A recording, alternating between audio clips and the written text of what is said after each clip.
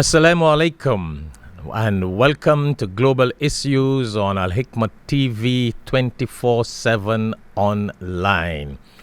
We are very much blessed and privileged and very fortunate to have with us on our show today Sister Sarah Ali Choudhury. Welcome to the show, sister. Thank you. Walaikum salam. It's wonderful to be here. Good. And for our viewers out there, Sister Sarah is from all the way from the United Kingdom, and she has a lot of awards that she won. She has accomplished a lot in her time in the United Kingdom. A very interesting personality, wonderful background, and we thought that this would be very educational and very motivational for our viewers worldwide. Sarah is also considered and achieved the award of Global Chef of the Year in the United Kingdom. So stay tuned as we continue this conversation with Sister Sarah Choudhury. Again, welcome back to the show, Sister Sarah. Thank you. Well, I know we wanted to do this a very long time now, huh? Since we spoke over, I think it was about a year ago, but in the past year, a lot has happened. So it's nice to still be here. Good. So before we get into all your awards and your achievements in the United Kingdom, could you share with us, and I know you're also president of Pool Bay Rotary Club, am I correct? Yes, that's Good. correct. Good. So you do a lot of community services there, and you're well known for your dishes and the kind of cooking and the kind of things that you have initiated in the food industry in the United Kingdom.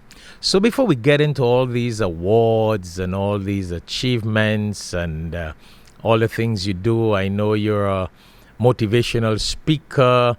You do a lot on social media, and it's a long lineup. But I want to hear you say these things yourself. However, before we get into that, could you share with our viewers, because of the fact that we got viewers worldwide, all over the world, we'd like to let them know, of course, who is Sarah? Where is Sarah from? What is Sarah's origin? So share with us a little bit about Sarah, your United Kingdom background, your origin, etc. Because I know you have a little Caribbean, United Kingdom, Far East sort of connection. So could you share that with us? Sure. So I was born in England, but my father is from India, from Assam. You might have heard of Assam tea in India. And my mom is from Guyana, South America. Interesting. So that's not too far from where you are right now. Right, yeah. So we travel. We have my family, my mom's side of the family in Guyana. We travel there a lot. We have, my mom has houses there, and we stay there with our family, and we're very, very close with our family there, and it's a big family as well. Mom has 6 brothers, and and a sister, and you can imagine all the children and the grandchildren and everything else. But I was born in England, so my dad came from India. He came to England, and my mom came from Guyana to study nursing. So they were both in England, and that's how they met. And they got married, and and then me and my 2 brothers. My parents had me and my 2 brothers.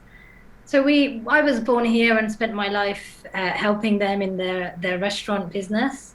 I was working from a very, very young age. My dad was somebody who never felt that there was any difference between a boy and a girl. That the same way, there was a lot of expectation from the Indian side normally, that the woman, there is a lot of jobs that a girl needs to be ready for, especially as they're expected to later get married. So there was a lot of, I think, expectation from Asian parents, really. So not to cut you, do you visit Guyana?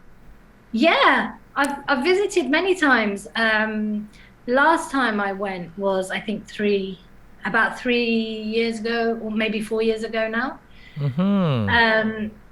But we were planning to go last April, So which didn't happen. how do you call yourself? Indian Caribbean, Caribbean Indian, We call it a Indo. tandoori mix grill in the restaurant business. Oh, I like that. I like. It's all mixed up. Everything's mixed up, but it's a nice combination. And to be honest, because mum's side is, Indian Guyanese, so there isn't really much difference the way that our family from my mum's side and my dad's side think. So The mentality is very much the same. very much the same. So with the origin of India and the Caribbean and being born in the United Kingdom, that's really a tandoori mix. Yeah, That's a complete. that's what we say in the restaurant. We call that a tandoori mix grill. So, seeing that you have visited Guyana many times, have you visited Trinidad and Tobago? Yeah, so every time I've been to Guyana many times, and every time I've stopped at Trinidad, even if we go to Barbados, or every single time I've stopped in Trinidad, Mm-hmm. and we had to stop to get the connecting flight to Right. Guyana. But the last time that I was coming back from Guyana, I stopped in Trinidad, and I felt like I was brave. I was on my own, and I was feeling a bit brave. And I thought, I come all the way here, and I'm in Trinidad for like the whole day. I can't stay in an airport. So I booked a car to take me around, like not too far from the airport. Mm-hmm. Mm-hmm. And I was just so amazed at how beautiful and hilly. It's got so many hills and plants, and it's so luscious and green. And I thought it was actually a very, very beautiful place. And I feel like all the times that we stopped there, we never kind of come out of the airport. So last time when I did that, I was feeling really good that I did that. However, there was somebody in the airport who was kind of not following me, but they were just like, I think they were from England. They were a bit older, and I think they were keeping an eye on me. I think they thought I was much younger than I am. And I think they were concerned for my well-being. So when I booked this car to go out, they were keeping an eye to make sure that I came back, and they were taking the number plate for the car that had Interesting. picked me up. Yeah, and they were really concerned. So I went out, and then when I came back, they came up to me and said, "I'm so happy that you came back. I was so worried about you because you're going out and taking a car. You're not scared. You don't know the place. And what if something happens?" And I was like, I'm a grown woman. I have 4 children. I think I'll be fine. Um, but no, it was a beautiful, what I saw, and it was only a very small piece of Trinidad that I saw, and I thought it was absolutely beautiful. So did you by chance enjoy the famous delicacy of Trinidad and Tobago called the doubles? No, I might have cheated a bit there. I had the KFC, Oh wow, what did you but think of the KFC? I actually had to go and tell the people in the KFC after I ate it that I have eaten KFC whenever I go to any country. I try the KFC there, and I have to say I have never tried KFC better than Trinidad's. And so next time I told all my family when I came back that if you haven't eaten KFC in Trinidad yet, you're missing out. So the best KFC that you have eaten in the world is from Trinidad. Definitely. Well, Trinidad is also called the land of paradise. So when you eat KFC in Trinidad, you have eaten a piece of food from paradise. And maybe that's why it tastes so good. It really, really tasted good. And I'm not just saying that. I mean, not just genuinely. I found that everything over there was beautiful. The people, the hospitality and the warmth, really nice. Interesting. So tell us a little bit about what motivated you first to begin maybe to get involved in all these community services that you're involved in the United Kingdom. What motivated you to initiate this food recipe, or what do you call it? Well, it's what I did was actually I started about 4 years ago. And the reason I started was because my children had started full-time school. And like most women who are mothers, you feel like after, well, I don't know about everybody, but for me, I definitely felt like before I got married, I was working and I had my own income and I could do my own thing. And I had parents that have very, these values of being Asian parents, but also I was allowed to do a lot of things that most people probably couldn't get away with.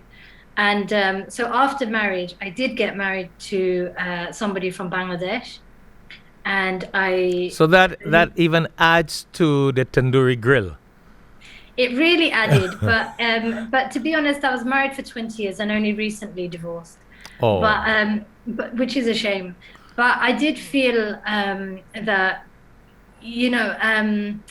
after marriage, there was a lot of expectation where it was probably not necessarily everybody, but from that particular environment that I had entered, I felt it was very like, you can't work or you can't go out or you can't do anything. And I found that a real struggle.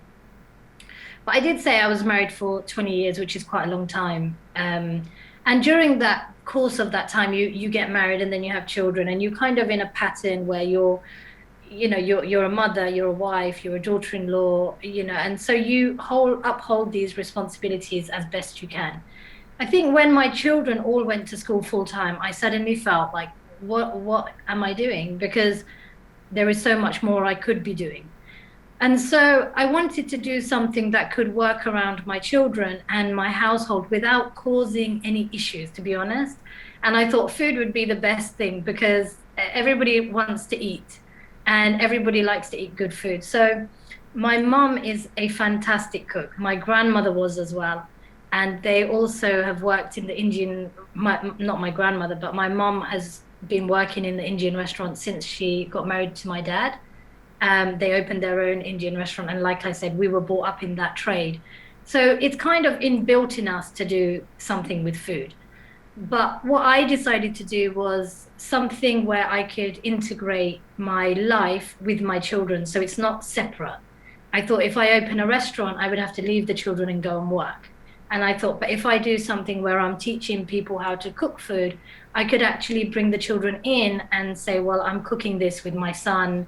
I'm making this with my daughter today, and showing people how to cook, tasty food, with their children. So it's kind of like learning skill, but it was also some fun for me. I was bored, to be honest, and I wanted to do something. And then, when I read your bio, and I saw that you were so much into food, I was like, maybe you're following the famous proverb, which says that the way to a man's heart is through his stomach. So maybe that's why you're so specialized. That definitely wasn't the way. I thought that's why you got into the food, so that you can win the hearts of people. Well, actually, I think it was more, I think for myself, I wanted to find an avenue where I could do something for myself and not be dependable on anybody else. So I started to do the cookery demonstrations, and it became very successful. I did a YouTube video, just one, my first ever YouTube video, and it was picked up by Channel 4. It's one of the mainstream channels in England. And they asked me if I would be on a reality TV show with them. And I agreed to it because I love to do anything with media TV stuff. So I was like, oh yeah, I'd love to do it.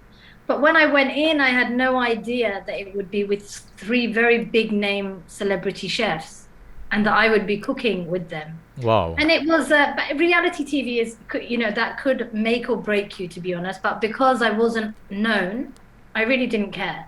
So to cut you again, we're talking about chef food, but you have promoted halal food.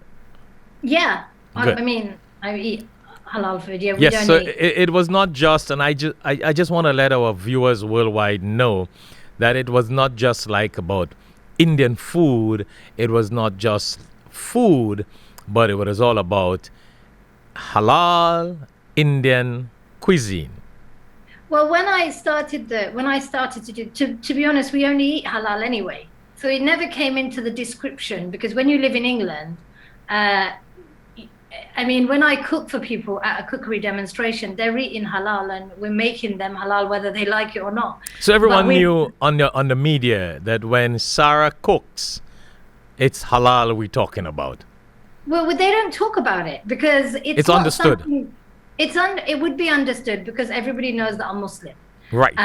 So it would be understood. So nobody would ask me to go and make a pork curry, for example. Mm-hmm, you know, and mm-hmm. or you know, certain things that if for example, because England is not, majority of meats are accessible, a lot of them, you know, might not be halal, for example. Okay, so sorry to cut you again, but you know what?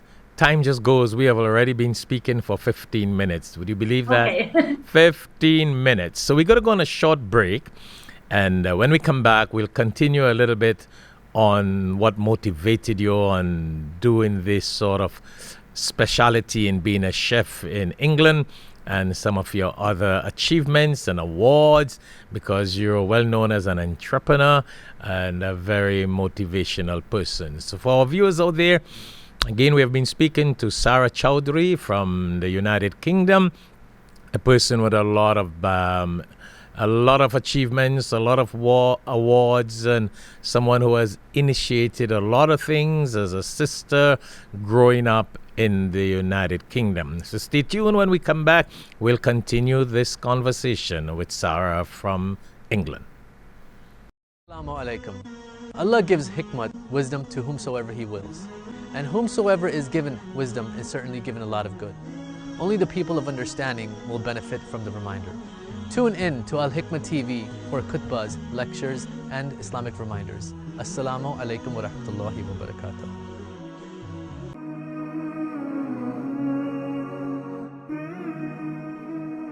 In the Quran, in chapter 5, verse 67, Allah tells the Prophet sallallahu alaihi wasallam, Bismillahir Rahmanir Rahim, Ya ayyuhar Rasul, balligh ma unzila ilayka min rabbik, wa illam taf'al, fama balagta risalatahu. Very deep. Allah tells the Prophet sallallahu alaihi wasallam to spread the message of the Quran.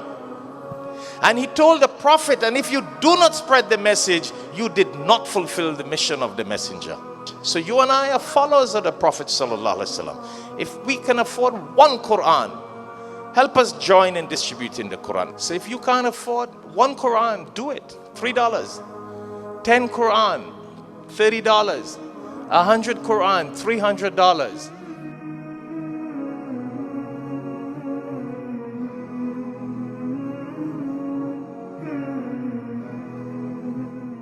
Assalamu alaikum and welcome back to Global Issues on Alhikmat TV 24/7 online. And for those viewers who have just tuned in, we're talking to Sister Sarah Ali Choudhury from England. She has a very interesting background and personality, so I will not take away from her background and her achievements. I will just let you know that she won the award of Global Chef of the Year in England. So stay tuned as we continue this conversation with Sarah. So welcome back to the show, Sister Sarah. Thank you so much. Yeah, and I want to make sure I get that correct. Sarah Choudhury. Yes. You were saying that you were motivated to get into the chef business because your parents had a restaurant, and then you ended up on Channel 4 with all these other top of the line chefs. And what led on from that?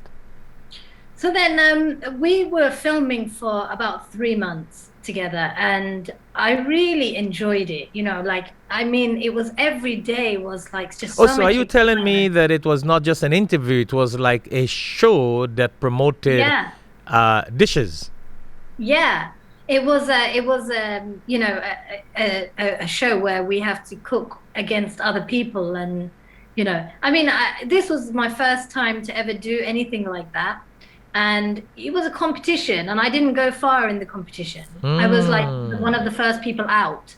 However, I just felt like I was going to take this and I'm going to run with it however I can. And this is one of the things I would say that anybody who's watching, who's considering business or food or anything, or maybe starting a new business, anything that you might be thinking or considering to do, I think that every time you have an opportunity, you have to absolutely maximize your opportunities, because you don't know how few and far between they can come. And if you feel that you really enjoy something and you start it and you think, oh, I really enjoy this, I really like it. We know with everything that you're going to start something and then within a certain period of time, that's going to end. And I think if you really enjoy something and you're passionate about it and you want to make it successful, it's your job to make sure that that doesn't end. So you use whatever you get as a springboard to the next thing. So what I did was, after we did the filming, it was just suddenly dead. All this excitement of being on TV and, being on Channel 4 and working with these celebrity chefs, and then going home to say, well, I'm out of that show now, and the show was finished and everybody kind of went back to their normal life. And I was like, no, I'm not going to go back to my normal life because that's so boring. I want to do something exciting. So I thought, what can I do and how can I use this to my advantage? So I used we had a certain amount, we had signed some documents to say within a time frame, you're not allowed to tell anybody you have been doing this filming and that kind of thing. But then once that time is gone, you can do whatever you want to publicize it. So I thought, let me do what I can. So I did a YouTube channel. I started, I approached people in magazines and newspapers.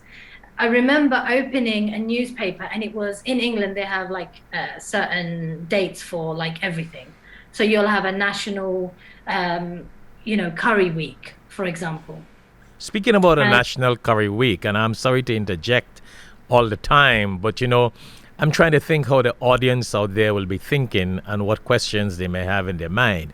So could you tell us a little bit about Indian food in England? I came across somewhere in a magazine, on some news bulletin, that halal food or Indian food is very famous in England, or it's considered in the top line of dishes when people visit the United Kingdom and even for the British? I think where we were before Brexit happened, I think most of our chicken was from Holland. Most of the chicken and most of the chicken that they were selling in the wholesale range were normally halal anyway. So they have the halal stamp on it, and you would find that the suppliers of this chicken were going to, all of the restaurants. So I think everybody was ordering the same brand of chicken and the same companies. And years ago that wasn't accessible here in England. Halal food now is very accessible. There is everywhere you can find halal stuff. When I was growing up, it wasn't like that. We had one small shop. You would come, to one area from where I live. You would travel maybe 1 hour to come here, and you would do your whole month's supply of shopping, because you're not going to keep coming every day, and because there wasn't anywhere that you could get it. So what about the Indian dishes now? How famous is that in Indian England? food is the number one most famous, chicken tikka masala is a dish which has been voted number one in England. That's what I wanted to know. So therefore what I heard was correct. I know that I came across that somewhere. Yeah, it's the most popular food in England. Everybody loves curry, and there are so many restaurants. They contribute to 12 point something billion pound of the economy. And there is always, you can go to a place and you'll find 3-4 Indian restaurants in a very close-knit area, and they will all be busy because they're all doing very well. And how do the people in England, and I mean the British whites especially, how do they consider this Indian spices from a healthy point of view? Yeah, so the spices is not a problem. when you're eating in a restaurant. But I think the problem with not just with white British people, I think it's with everybody nowadays, is the amount of oil that is being used when you cook. So it's not necessarily the spices. That a lot of people come to the restaurants and they will order dishes that they're so hot and they're so spicy that we wouldn't eat it. Interesting, interesting. But it's because, and especially there is another thing with, sometimes you might have a lot of men in a stag party just before the wedding, and they go out with all the men together and they're kind of having a competition who can eat the hottest curry. That makes them more of a man, and we have fun with that. We make it a little bit hotter. Just to see who's going to really struggle. But I think, generally speaking... I like that. So the hotter the food, the more spicy the food that a man can eat is, the more macho he is. That's how it's portrayed. I remember working in the restaurant, and there's a chili called a Naga, which is hot. It's hot like Scotch bonnet, like what you would know, the Scotch bonnet pepper. But it's not. I mean, I find Scotch bonnet has a nice smell. But this one, to me, doesn't have a great smell. I don't like it, but it's very, very hot. And so we have a dish called the Naga Blast. And it's called Naga Blast because it's so hot. And then you'll see people coming in and saying, oh, my friend's getting married. So we're all here going to have the pre-wedding party with all the men. And they're saying, oh, I'm going to have a kurma, which is very sweet, creamy, and very mild. It's a very mild dish. In fact, children would eat that dish. And then you always get somebody in that party. It's without a doubt, you always get one of them who says, well, I'm obviously the man here, so I will have a Naga Blast. So then you go in the kitchen and you say, there's one who thinks he's a little bit, who thinks he's a bit macho. Let's make it really hot for him. And then you take it, then, they will eat it. They will be red in the face, pouring with sweat, but they will continue to eat, to prove that they really are as macho as they say. So I'm going to have to make this a point to remember that in that part of the world and where you guys are in England, when it comes to spicy food, the more spicy the food is, the more macho the man is. So are we going to say that men who cannot eat spicy food are not very macho? I'm just kidding. I wouldn't say that. If they can hoover the floor for me, that's macho enough. Good. Let me ask you about the herbs that you have across there.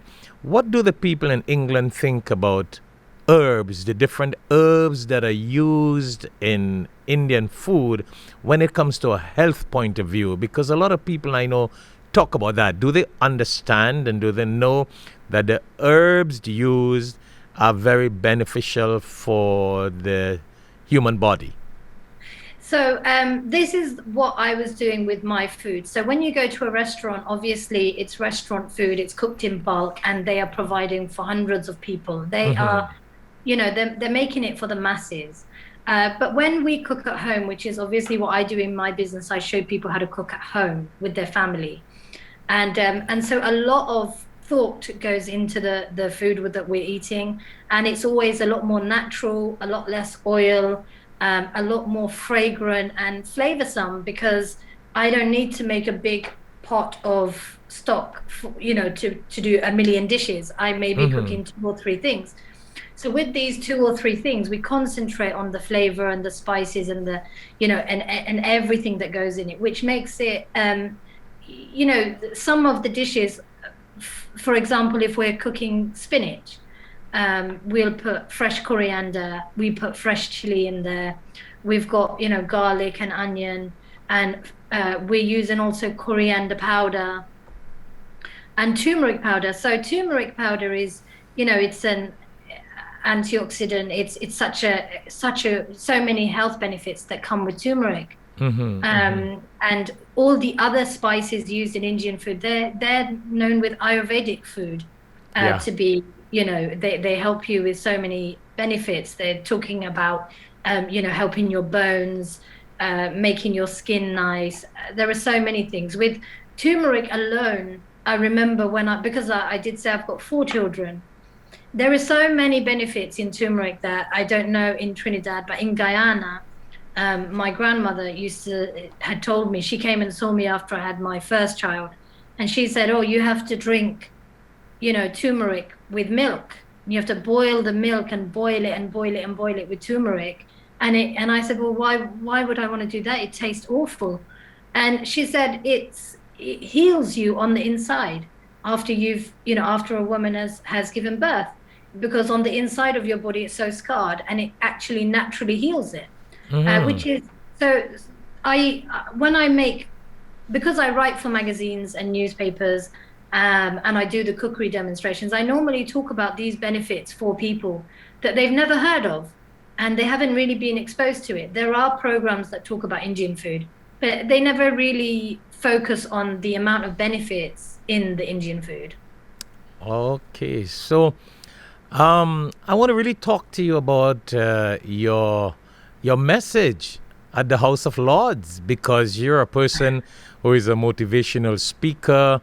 You run a lot of programs on social media, magazines, and from the educational point of view, from the motivational point of view, in educating other people, educating viewers, and people worldwide on social media nowadays. But again, we have almost been out of time in our second segment. So we got to go on a short break again.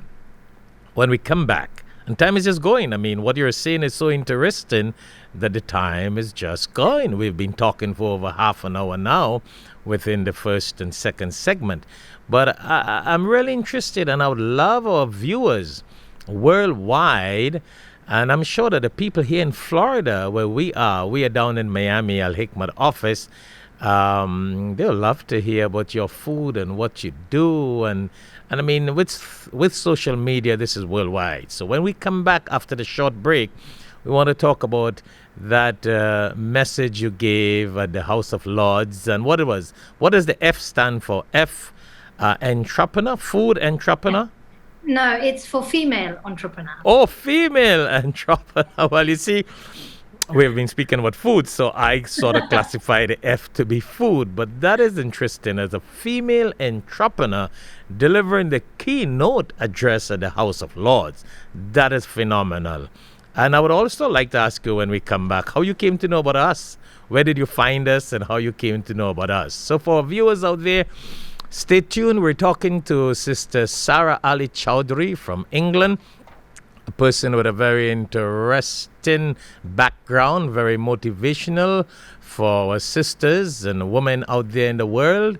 And when we come back after the short break, we're going to talk about her message at the House of Lords on the topic of female entrepreneurs. Stay tuned. Assalamu alaikum.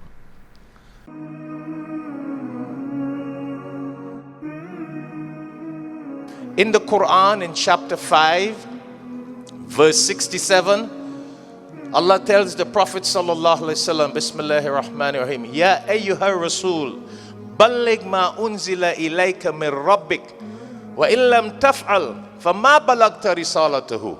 Very deep. Allah tells the Prophet sallallahu alaihi wasallam to spread the message of the Quran. And he told the Prophet, and if you do not spread the message, you did not fulfill the mission of the messenger. So you and I are followers of the Prophet sallallahu alaihi wasallam. If we can afford one Quran, help us join in distributing the Quran. So if you can't afford one Quran, do it. $3. 10 Quran, $30. 100 Quran, $300.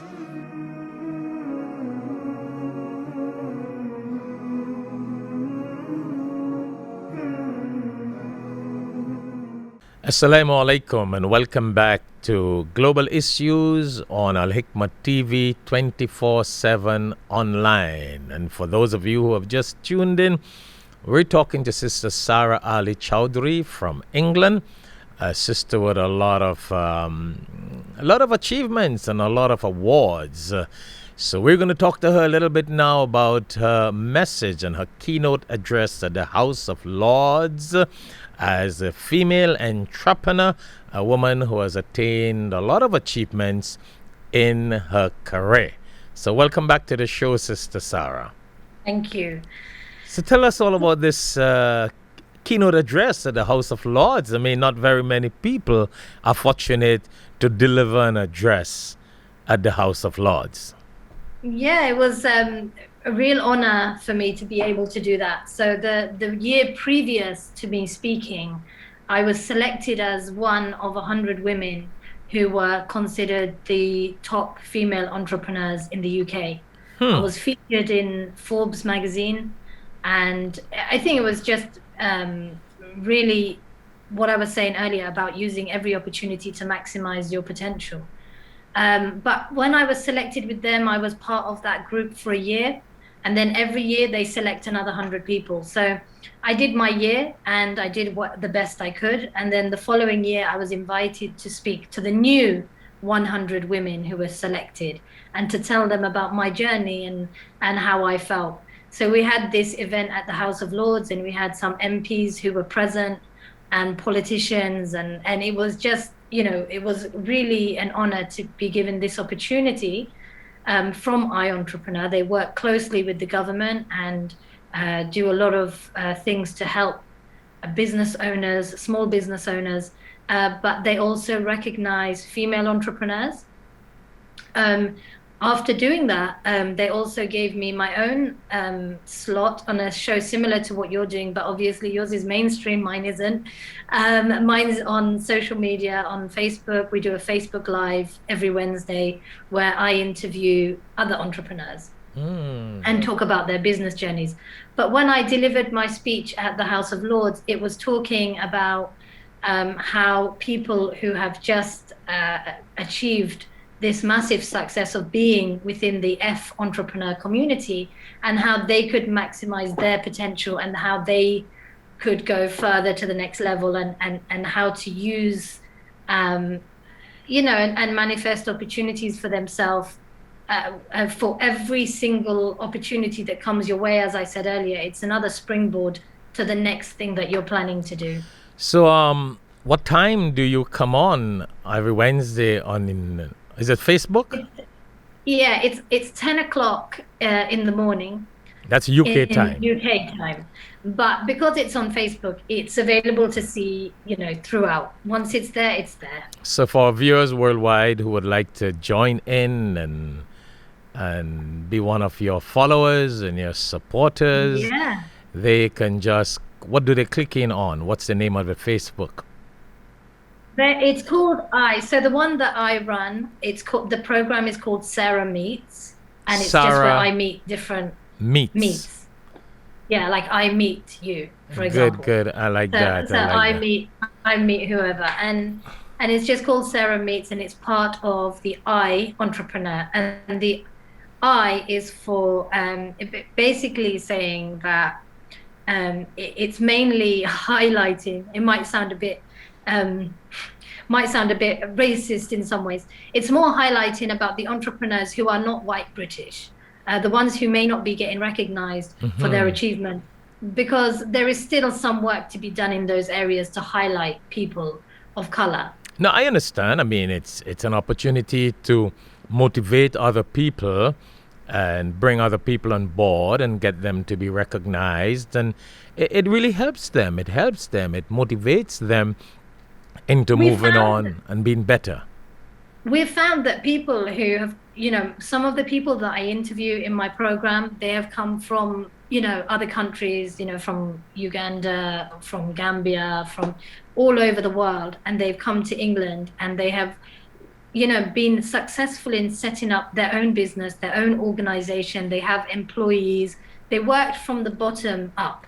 They didn't get funding, they didn't get help. They literally just worked so hard to get where they are. So having first-hand information from them on how they overcame their situation and their issues and how they was able to, go to the next level in their business and what they did in their situation when some people could not even speak the language.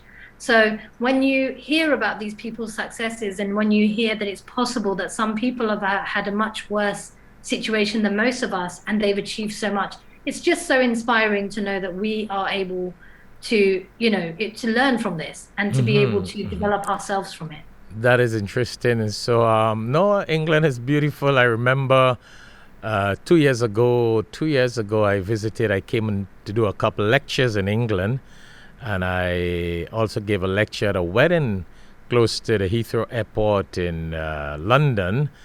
Very interesting. I enjoyed that trip in England 2 years ago. Wonderful. The people, different towns, different places. I just don't remember all the names, but fantastic. I really loved it, and I really enjoyed the food, of course, and the people that I met. But tell us, before we get off the show, I mean, we still have some minutes. We got about 7 minutes again. Tell us how you came across us, Alhikmat and me and whatever, how you came to know about us. So I was scrolling through Facebook and I saw a talk with you, actually. I think you were speaking. And I thought, I really liked what I heard. It was very real and very honest. And I really liked it. And from what I recall, I sent a message and I said, I recognize this accent. Is it anything to do with Guyana? And I messaged you through LinkedIn. I looked for who you were. I found it on Facebook, and I thought if I message on Facebook, it wouldn't be very professional. So let me find you on LinkedIn. And I went to LinkedIn, and that's another thing for anybody who's listening. If you're ever doing anything where it's business focused or anything like that, it's very professional to go through the LinkedIn platform than to just send a message on Facebook. And so I connected with you and said, I saw your speech. I introduced myself. This is who I am, and this is what I'm doing. I've seen you on Facebook. I really loved what you were saying, and that was it. And then I was invited to come here. So that's lovely. No, well, when you contacted us through LinkedIn, I went back and checked your background, and I thought that you will be a phenomenal person as a motivational speaker, and with all your achievements and your success in England, that you will be a wonderful person with a great personality on our talk show. So here we are today, and I think that our sisters and all the women especially out there globally who are listening to this show, who are viewing this program, and you would agree that social media nowadays, the sky is the limit. People all over the world, after seeing you and seeing this discussion and your conversation here on this program, your message will definitely motivate a lot of women out there, definitely motivate a lot of sisters and a lot of women there. What else would you like to share with our viewers? We got a couple minutes again, please. I just wanted to share, because we mentioned about the awards. When I started my business 4 years ago, I honestly went in just not knowing what was going to happen or where it would go. But my focus was, at least let me be good at what I'm doing. And I went in and I did, within the space of 2 to 3 years, I won 7 awards. I won 39 accolades. And I also was able to be featured in Forbes, not once, but twice, in multiple magazines and newspapers. But the reason I'm saying that is because those awards didn't just drop into my lap. They didn't just, I'm not having imposter syndrome. I do believe that I got it because I worked for it, and I did well. But I also wasn't shy to put myself out there. And what I find with a lot of women, especially when they're starting something new, is they don't really believe in themselves, and they don't have that support with anybody behind them saying, oh, you're really good at that. Nobody's going to tell you that. Because even if you are good at it, if you're good at cooking, for example, like if I was good at food, it was expected that you should be good at cooking food because you're a mom, you're a wife, and because you've been in the food business all your life. So that you will never get that raised expectation in your home. And don't look for it in your home, because it's always going to be people from outside who will recognize the achievement. So don't ever feel like, oh, that's a reason that you shouldn't be doing it. And don't ever feel that it's not noticed, or you don't feel almost as though it's that brings us to that little Indian saying, Gar ki murgi dal barabar hai. You familiar with that quote? I didn't expect you to speak Hindi as well. Oh yeah, I'm a little bit of many different diversity. So exactly what you're saying there, Gar ki murgi dal barabar hai. People don't take it really into what it is. your own home, your own people, your own food at home. And it's not because they're negative or because they don't believe in you. It's nothing to do with that.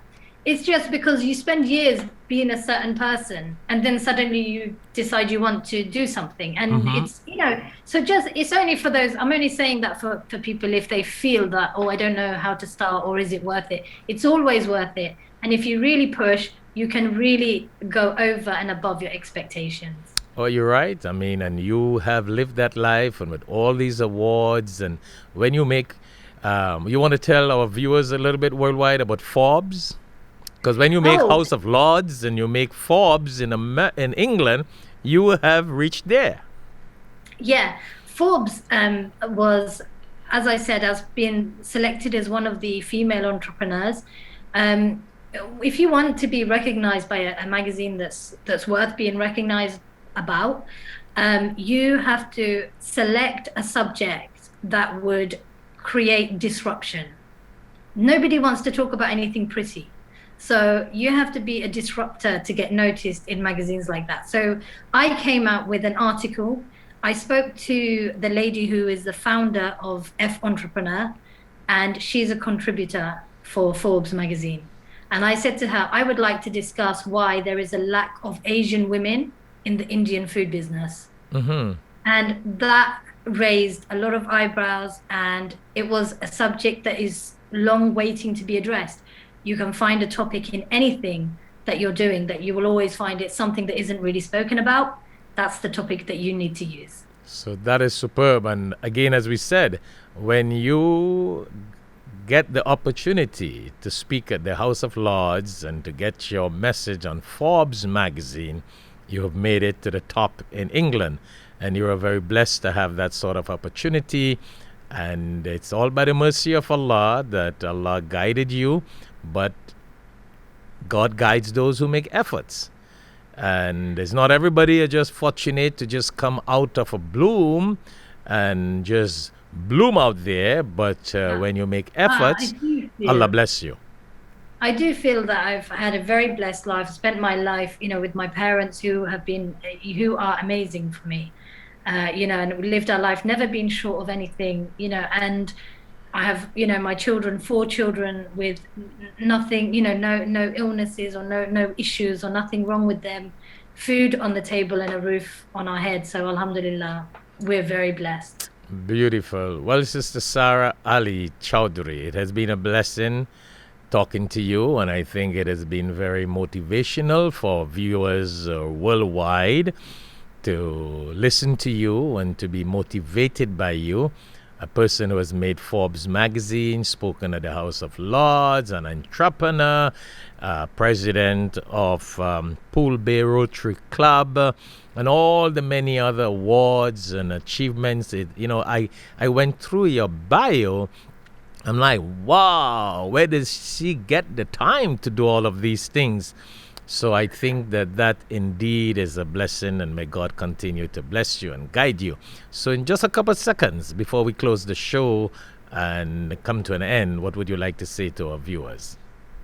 I would like to say thank you for tuning in and for watching. And if I'm there in Miami or in Trinidad, I hope to come and see you all. I'm dying for the KFC there for sure. But I would love to spend some time around your beautiful location and enjoy myself there. But I just want to say a huge thank you for tuning in, and I hope you've enjoyed watching. Thank you very much. Thank you very much. Also, from our side, we're very, very, very, very blessed to have had you with us on the show. So for our viewers out there, again, those of you who have just tuned in, we have been talking to Sister Sarah Ali Choudhury, an entrepreneur, a sister who has made waves in the United Kingdom and England and has reached many levels with all the awards and the achievements that she has made. Thank you very much for tuning in and for always looking at Alhikmat TV 24/7 online. And always keep tuned to Alhikmat TV 24/7 online. You can go back on social media and different social media medium to get this interview between myself and Sarah Ali Choudhury. Thank you again, and Assalamu alaikum wa rahmatullahi wa barakatuh.